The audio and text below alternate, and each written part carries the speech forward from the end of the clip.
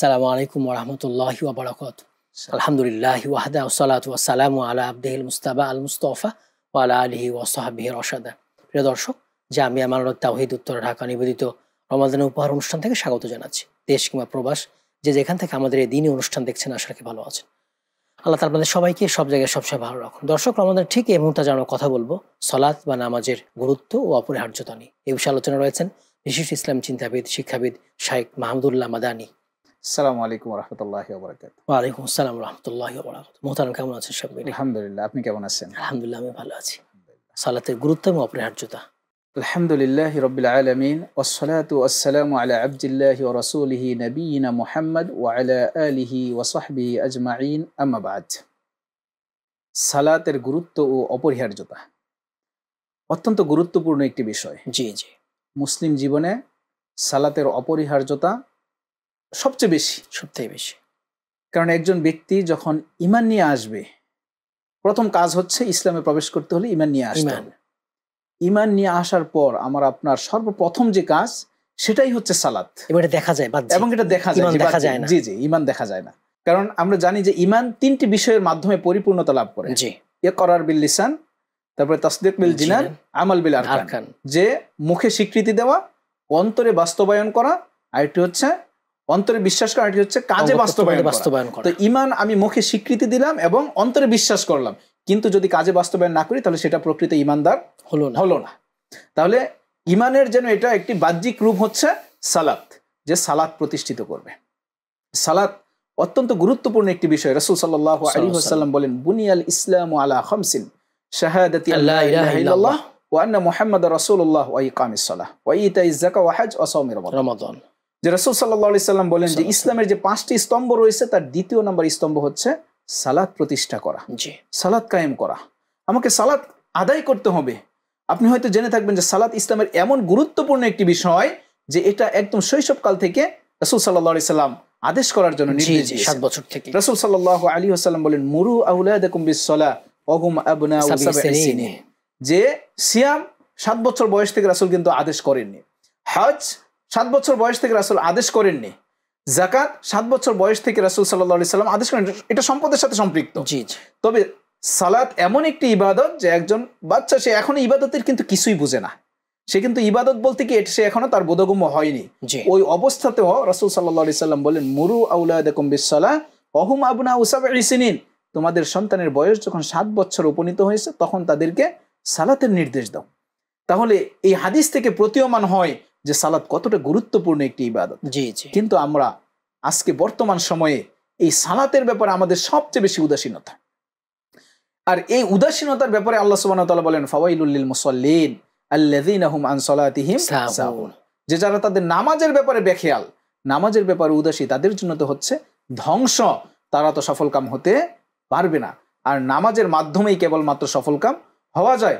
আল্লাহ সুবহানাহু ওয়া তাআলা বলেন, কদ আফলাহাল মুমিনুন আল্লাযীনা হুম ফি সালাতিহিম খাশিউন। ওই সমস্ত মুমিনরাই সফলকাম হয়ে গিয়েছে যারা তাদের নামাজের ব্যাপারে যত্নশীল, যারা খুশু সহকারে সালাত আদায় করেছে, তারাই সফলকাম।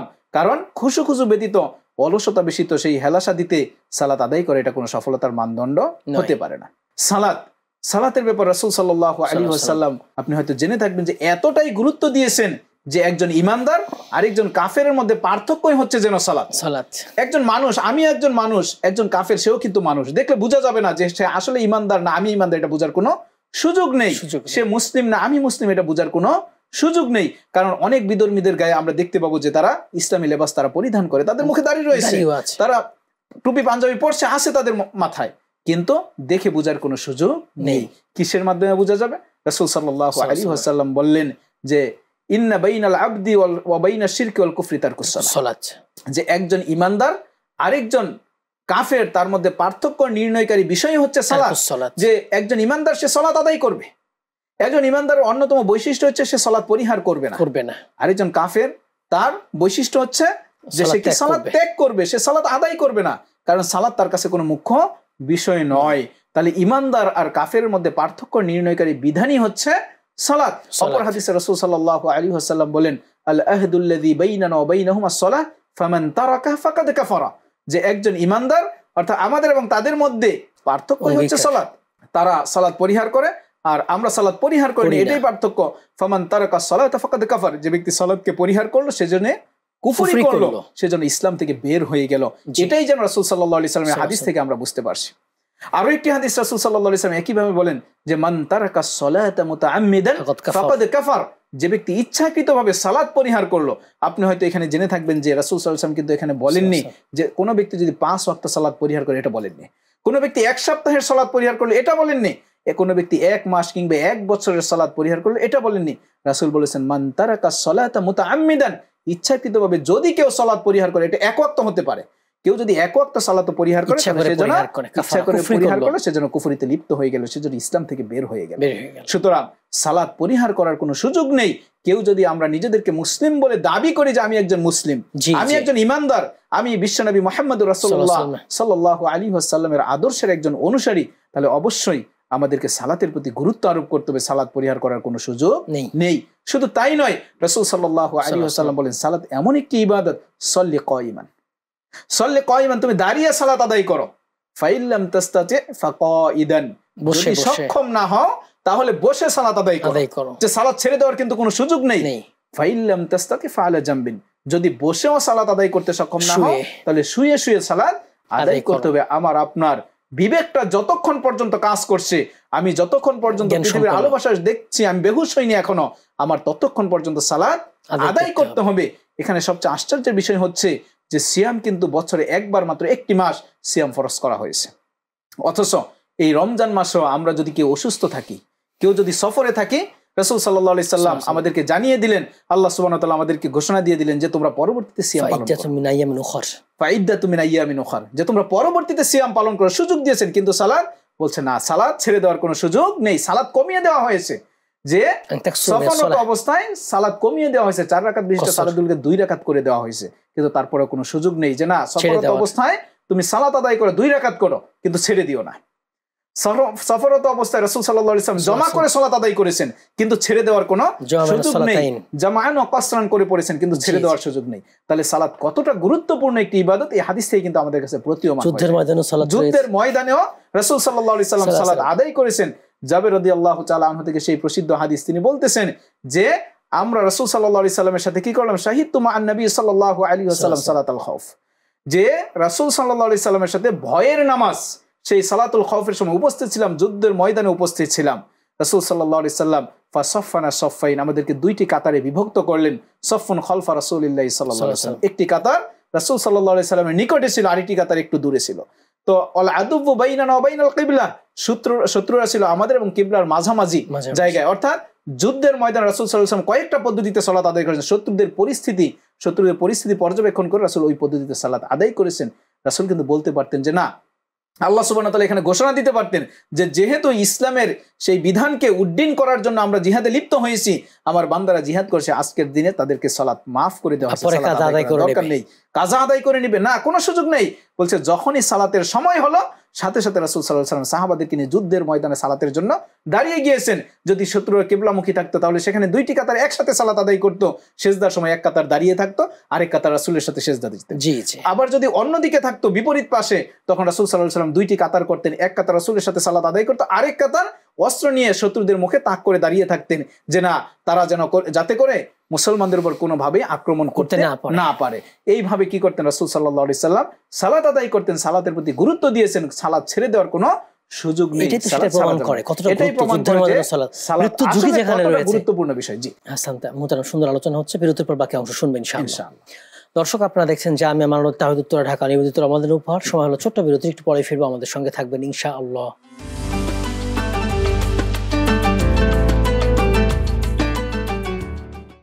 আসসালামু আলাইকুম ওয়া রাহমাতুল্লাহি ওয়া বারাকাতুহু। বিরতির পর আবারও সবাইকে আমন্ত্রণ। দর্শক, আপনারা দেখছেন জামিয়া মানরুল তাওহীদ উত্তরা, ঢাকা নিবেদিত রমাদান উপহার। আজ আমরা কথা বলছিলাম সালাতের গুরুত্ব এবং অপরিহার্যতা নিয়ে। মোহতারাম যেমনটা বলছিলেন, জি, আমরা শুনছিলাম যে মানে যুদ্ধের ময়দানে সালাত আদায় করা রাসূল সাল্লাল্লাহু আলাইহি সাল্লামের যে পদ্ধতিগুলো ছিল, যে কৌশলগুলো ছিল, যাতে করে কোনো ক্রমেই আমাদের ইবাদতও যেন ছুটে না যায়, আমাদের সালাতও যেন কাজা না হয়ে যায়, আবার শত্রুরাও যেন আমাদের উপর আক্রমণ করতে না পারে। 2টি, অর্থাৎ একই ঢিলে যেন 2টি পাখি মেরে ফেলা হচ্ছে। এইভাবে রাসূল সাল্লাল্লাহু আলাইহি ওয়াসাল্লাম সালাতের প্রতি গুরুত্ব দিয়েছেন। কিন্তু আমরা দেখা যায় সালাতের ব্যাপারে সবচেয়ে উদাসীন। আরো আশ্চর্যের বিষয় হচ্ছে যে 5 ওয়াক্ত সালাত ফরজ, এই ফরজ সালাত আমরা মোটেও আদায় করছি না। যদিও আমরা দেখা যায় কিছু মানুষ রয়েছে যারা কেবলমাত্র জুমার নামাজটাকে, জুমার সালাতটাকে সালাত হিসেবে পরিগণিত করছে, আরগুলো আমরা সালাত হিসেবে পরিগণিত করছি না, আদায় করছি না। কিংবা দেখা যায় সেই জানাজার নামাজের মধ্যে, জানাজার সালাতের মধ্যে আমরা সীমাবদ্ধ, অথবা আমরা সেই ঈদের সালাতের মধ্যে সীমাবদ্ধ। এই সালাতগুলোকে আমরা সালাত মনে করছি, বাকি যে সালাতগুলো রয়েছে সেগুলোতে আমরা মোটেও গুরুত্ব দিচ্ছি না। অথচ কোন ব্যক্তি যদি 5 ওয়াক্ত সালাতকে পরিহার করে শুধু জুমার নামাজের মধ্যে, জুমার সালাতের মধ্যে সীমাবদ্ধ থাকে, 5 ওয়াক্ত সালাতকে পরিহার করে কেউ যদি শুধু ঈদের সালাতের মধ্যে সীমাবদ্ধ থাকে, 5 ওয়াক্ত সালাতকে পরিহার করে কেউ যদি শুধুমাত্র সেই জানাজার সালাতের মধ্যে সীমাবদ্ধ থাকে, সেই সালাতের বিনিময়ে কিন্তু কোনো সওয়াব সে অর্জন করতে পারবে না। বরঞ্চ আমরা যদি সহিহ বুখারীর হাদিসটাকে লক্ষ্য করি, এক সাহাবী রাসূল সাল্লাল্লাহু আলাইহি ওয়াসাল্লামের কাছে এসে বললেন, ইয়া রাসূলুল্লাহ দুল্লানি আলা আমালিন ইযা আমিলতুহু দাখালতুল জান্নাহ। ইয়া রাসূলুল্লাহ, আমাকে এমন কোন আমল বলে দিন যেটা আমল করলে আমি জান্নাতে প্রবেশ করতে পারবো, ওই জান্নাতের আমলটা আমাকে বলে দিন। রাসূল সাল্লাল্লাহু আলাইহি ওয়াসাল্লাম বলেন, তুমি দৈনিক 5 ওয়াক্ত সালাত আদায় করবে। আপনি দেখেন এখানে রাসূল সাল্লাল্লাহু আলাইহি সাল্লাম কিন্তু ওই জানাজার সালাতের কথা কিন্তু বলেননি। আমি বলছি না যে জানাজার সালাত পড়তে হবে না, বিষয়টি এমন নয়, অবশ্যই পড়তে হবে, তবে এটা কিন্তু 5 ওয়াক্ত সালাতের চেয়ে গুরুত্বপূর্ণ নয়।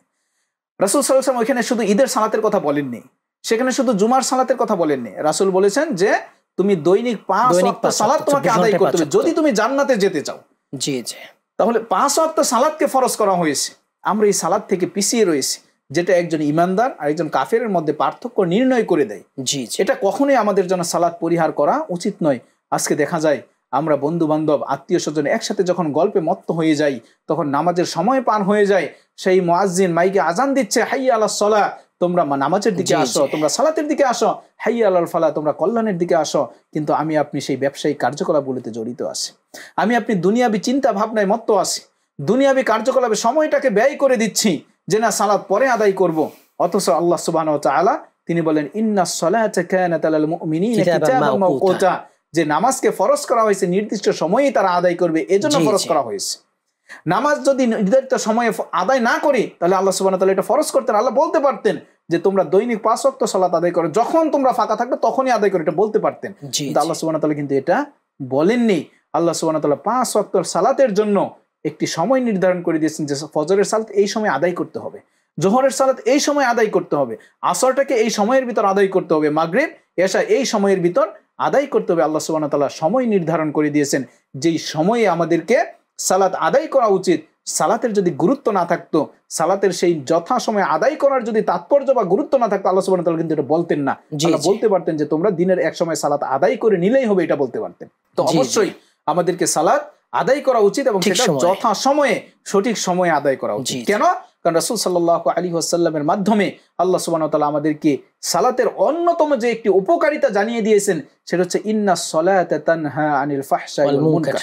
আমরা আজকে অনায়াসে খারাপ কাজে লিপ্ত হচ্ছি। কেন? কারণ সালাত পরিহার করছি এজন্য। জি, আজকে যদি আমরা সালাত আদায় করতাম তাহলে এই কোরআনের আয়াত হয়তোবা দেখা যেত যে আমাদেরকে এক সময় আমাদের খারাপ কাজ থেকে কিন্তু ঠিক বিরত রাখতো। ইবনুল কাইয়িম রাহিমাহুল্লাহ তিনি বললেন যে তোমরা যত ধরনেরই অন্যায় কাজে লিপ্ত হও কোনো সমস্যা নেই, কিন্তু সালাতকে পরিহার করিও না। কেন? কারণ আমি আপনি যদি সালাতকে পরিহার না করি, যদি সালাত আদায় করি, আমার আপনার এই সালাত কিন্তু এক সময় আমাকে আপনাকে ওই খারাপ কাজ থেকে ঠিকই ফিরিয়ে নিয়ে আসবে। যদি সালাতটা আল্লাহ সুবহানাহু ওয়া তাআলার সন্তুষ্টির জন্য হয়, আল্লাহ সুবহানাহু ওয়া তাআলাকে রাজি খুশি করার জন্য যদি হয়, তাহলে এক সময় অবশ্যই আমাকে আপনার কিন্তু এই সালাত আমাকে খারাপ কাজ থেকে বাধা দিবে, আমার বিবেক আমাকে বাধা দিবে যে না আমি যে কাজটা করছি এটা আমার জন্য আদৌ উচিত হচ্ছে না, আমাকে অবশ্যই খারাপ কাজ থেকে ফিরে আসা উচিত। কিন্তু আজকে আমরা বিরত থাকতে পারছি না। কেন? কারণ আমরা সালাত ছেড়ে দিয়েছি কিন্তু অন্যায় কাজে আমরা জড়িত আছি। আমরা সালাত ছেড়ে দিয়েছি, অশ্লীল কার্যকলাপে জড়িত আছি। আমাদের হওয়া দরকার ছিল এর ব্যতিক্রম, যে আমরা খারাপটা করছি ঠিকই কিন্তু সালাতটা যেন কোনোভাবেই পরিহার না করি, এটা দরকার ছিল। কিন্তু আমরা অশ্লীল কার্যকলাপে যদিও জড়িত আছি, কিন্তু সালাত কিন্তু আমরা যথাসময় আদায় করছি না। যথাসময় আদায় করলে 5 ওয়াক্ত আদায় করছি না, কিংবা সেই দৈনিক আদায় করছি না, যখন সময় হচ্ছে কোনোটা আদায় করছি, কিংবা কাউকে দেখানোর জন্য, কাউকে সন্তুষ্ট করার জন্য। যে আত্মীয়র বাড়িতে গেলাম, সবাই সালাত আদায় করছে, আমি যদি না করি কেমন হয়? এখন এক জায়গায় গেলাম, সবাই জুমার সালাতে যাচ্ছে, আমি যদি না যাই লোকজন কি বলবে? এই যে মানুষকে দেখানোর জন্য কেমন দেখা যায় একটি বিষয়, এটাকে মাথায় নিয়ে আমরা সালাত আদায় করছি, যার কারণে দেখা যায় আমাদের এই সালাতটাও আমাদের জন্য ফলপ্রসূ হচ্ছে না। আর এই সালাত আমাদেরকে অবশ্যই নিজেদের খেয়াল খুশি মতো আদায় করলে কিন্তু হবে না। রাসূল সাল্লাল্লাহু আলাইহি সাল্লাম বলেছেন, সহিহ বুখারীর হাদিস, সাল্লু কামা রাআইতুমুনি ওয়াসাল্লি, তোমরা আমাকে যেইভাবে সালাত আদায় করতে দেখেছো, যে আমি মুহাম্মদ সাল্লাল্লাহু আলাইহি ওয়াসাল্লাম যেই পদ্ধতিতে সালাত আদায় করেছি, তোমরা ঠিক সেই পদ্ধতিতে সালাত আদায় করো, এই পদ্ধতিতে সালাত আদায় না করলে সেটা যেন সালাত হবে না। আমরা ওই হাদিসের দিকে যদি লক্ষ্য করি তাহলে দেখতে পাবো যে হাদিসটিকে বলা হয় মুসিউস সালাহ, যে ভুলকারী নামাজ। এক ব্যক্তি রাসূল সাল্লাল্লাহু আলাইহি ওয়াসাল্লাম সেই মসজিদে নববীতে এসে 2 রাকাত সালাত আদায় করে রাসূলকে এসে সালাম দিলেন। রাসূল বললেন ইরজি ফাসাল্লি ফাইন্নাকা লাম তুসাল্লি, যে তুমি ফিরে যাও আবার সালাত আদায় করো, তুমি তো সালাত আদায় করোনি। রাসূল কিন্তু বলতে পারতেন যে তোমার সালাত ভুল হয়েছে, এভাবে বলেনি, যেন ওটা নামাজই যেন হয়, সালাতই যেন হয়নি, এটাই রাসূল বলতে চাচ্ছেন। জি জি। লোকটি 2 রাকাত সালাত আদায় করে আবার এসে বলল সালাম দিল। রাসূল বললেন ইরজি ফাসাল্লি ফাইন্নাকা লাম তুসাল্লি, তুমি ফিরে যাও সালাত আদায় করো। লোকটি বলল, আবার গিয়ে সে সালাত আদায় করলো। সে আবার তৃতীয়বার এসে সালাম দিল, বলল, উত্তর দিল। রাসূল সাল্লাল্লাহু আলাইহি ওয়াসাল্লাম উত্তর দিয়ে বলেন যে তুমি আবার ফিরে যাও সালাত আদায় করো, তুমি তো সালাত আদায় করোনি। লোকটি বলল ওয়াল্লাযী বাআসাকা বিল হক, ইয়া রাসূলুল্লাহ, ওই সত্তার শপথ করে বলছি যিনি আপনাকে সত্য সহকারে প্রেরণ করেছেন, আমি এর চেয়ে ভালো করে আর সালাত আদায় করতে পারি না, আমাকে শিক্ষা দিন, যে আমাকে সালাত কিভাবে আদায় করতে হবে এটা শিক্ষা দিন। আর আমাদের যে প্রবণতা, আমাদেরকে যদি কেউ বলে যে না আপনার সালাত তো হয়নি, তাহলে আমাদের যে চিন্তা ভাবনা আসে আমি কি আপনার চেয়ে কম জানি নাকি, যে আমি সালাত পারি না, আমাকে সালাত শিখাতে এসেছেন, এরকম একটা চিন্তা ভাবনা আমাদের ইগোতে লেগে যায়, যেটা আসলে কাম্য নয়। সাহাবাগণ রাদিয়াল্লাহু তাআলা আনহুম, তিনাদেরকে কোনো ভুল যদি কেউ সংশোধন করে দিত, তারা তার জন্য দোয়া করতেন, আল্লাহ সুবহানাহু ওয়া তাআলার কৃতজ্ঞতা আদায় করতেন, শুকরিয়া আদায় করতেন, হয়েছে। আর আমরা মনে করি যে না, আমাদের জন্য এটা কি, যে আমাদের ক্ষতি করছে, আমাকে ছোট করা হচ্ছে, আমাকে হেয় প্রতিপন্ন করা হচ্ছে। তো এজন্য আমাদেরকে রাসূল সাল্লাল্লাহু আলাইহি ওয়াসাল্লামের পদ্ধতি মোতাবেক সালাত আদায় করা উচিত, আমাদেরকে নির্ধারিত সময়ে সালাত আদায় করা উচিত। কারণ এই সালাতটা আমাকে আপনাকে ঈমান এবং কুফরের মধ্যে পার্থক্য নির্ণয় করে দিবে, যে আমি আসলে একজন ঈমানদার না আমি একজন ব্যক্তি কুফরিতে লিপ্ত আছি, এটা আমাকে পার্থক্য নির্ণয় করে দিবে। লোকজন দেখলে আমাকে বুঝবে যে আমি ঈমানদার না আমি কাফির, এটা সাক্ষ্য দিবে। সুতরাং আমাদেরকে রাসূল সাল্লাল্লাহু আলাইহি ওয়াসাল্লামের সুন্নাহ মোতাবেক যথাসময়ে সঠিকভাবে সূরা ফাতিহা এবং যে সালাতের যে রুকুন আহকামগুলো রয়েছে, হুকুম আহকামগুলো রয়েছে, ওয়াজিবগুলো রয়েছে, সুন্নাহগুলো রয়েছে, সেগুলো যথাযথভাবে পালন করে, ফরজগুলো রয়েছে, ওয়াজিবাত, এগুলো যথাযথভাবে অনুসরণ করে ফলো করে আমাদেরকে সালাত আদায় করা উচিত। অন্যথায় দেখা যাবে যে আমরা আমল করব ঠিকই, অনেক আমল নিয়ে আসবো, কিন্তু সে আমলগুলো আমাদের কাছে ফলপ্রসূ হবে না, আল্লাহ সুবহানাহু ওয়া তাআলা সেগুলো গ্রহণ করবেন না। আল্লাহ সুবহানাহু ওয়া তাআলা বললেন ও কদিমনা ইলা মা আমিলু মিন আমালিন ফাজআলনাহু হাবাআম মানসুরা, যে আমি তাদের আমলগুলো দেখবো, মনোনিবেশ করবো, এরপর সেগুলোকে ধুলিকণায় ফু দিয়ে উড়িয়ে দিব, এগুলো কোনো কাজে আসবে না। সুতরাং আমাদেরকে এখনই সচেতন, আমাদের চেষ্টায় ব্যর্থ হয়ে যাবে, আমাদের চেষ্টাই ব্যর্থ হয়ে যাবে। আমাদেরকে সচেতন হওয়া উচিত যে আমরা যে আমলটা করছি এটা কি রাসূলের পদ্ধতি অনুপাতে হচ্ছে কিনা, আমাদের সালাতটা কি রাসূলের দেখানো পদ্ধতি অনুপাতে হচ্ছে কিনা, শর্তের মধ্যে আসে কিনা, সেদিকে লক্ষ্য করে আমাদেরকে সালাত আদায় করা উচিত।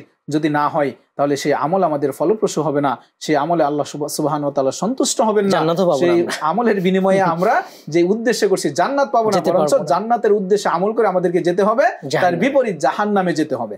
তাই ইনশাআল্লাহ অবশ্যই আমাদেরকে এই বিষয়টিতে খেয়াল রাখা উচিত, আর নামাজের প্রতি গুরুত্ব দেওয়া উচিত। নামাজের প্রতি কখনো হেলাসাদি করাটা আমাদের জন্য কাম্য নয়। আল্লাহ সুবহানাহু ওয়া তাআলা আমাদের সকলকে সেই তৌফিক দান করুন। আমিন। ওয়া আখিরু দাওয়ানা আলহামদুলিল্লাহি রাব্বিল আলামিন। আসসালামু আলাইকুম ওয়া রাহমাতুল্লাহি ওয়া বারাকাতুহু। ওয়া আলাইকুম আসসালাম ওয়া রাহমাতুল্লাহ। আপনাকে অনেক ধন্যবাদ আমাদের মূল্যবান সময় দিয়েছেন। জাযাকুমুল্লাহ খাইর। বারাকাল্লাহু ফিকুম। দর্শক, আপনারা এতক্ষণ দেখছিলেন জামিয়া মানরত তাওহীদ উত্তরা ঢাকা নিবেদিত রমাদান উপহার। আজ আমরা কথা বলছিলাম সালাতের গুরুত্ব এবং অপরিহার্যতা নিয়ে। মোহতারাম সুন্দর করে বলে দিয়েছেন, সত্যি সালাতের গুরুত্ব এবং অপরিহার্যতা অনেক। ইসলামের একটা স্তম্ভ, ইসলামের ফরজ ইবাদত, প্রথম বাহ্যিক ইবাদত। মুসলিম মুশরিক কাফিরের মধ্যে পার্থক্য হচ্ছে সালাত। ইচ্ছা করে সালাত ছেড়ে দেওয়া কুফরি করা। এজন্য রাসূলুল্লাহ সাল্লাল্লাহু আলাইহি ওয়াসাল্লামের সময়ে মুনাফিকরাও মসজিদ জামাতে আসতো, কারণ তারা জানতো সাহাবীরা সালাত না পড়লে মুমিন বলে গণ্য করবেন না। এজন্য আসুন আমরা সালাতকে গুরুত্ব দেব। গুরুত্ব না দিলেও এই সালাত আমাদের কাজে আসবে না। আমাদের হাসর নাসর ফেরাউন, উবাই ইবনে খালাফ, কারণ এদের সাথে হবে। তাই আসুন আমরা সালাতকে গুরুত্ব দিই, কোনোভাবেই সালাত ছাড়বো না এক ওয়াক্ত। আল্লাহ তাআলা তৌফিক দান করুন। আমিন। আসসালামু আলাইকুম ওয়া রাহমাতুল্লাহি ওয়া বারাকাতুহু।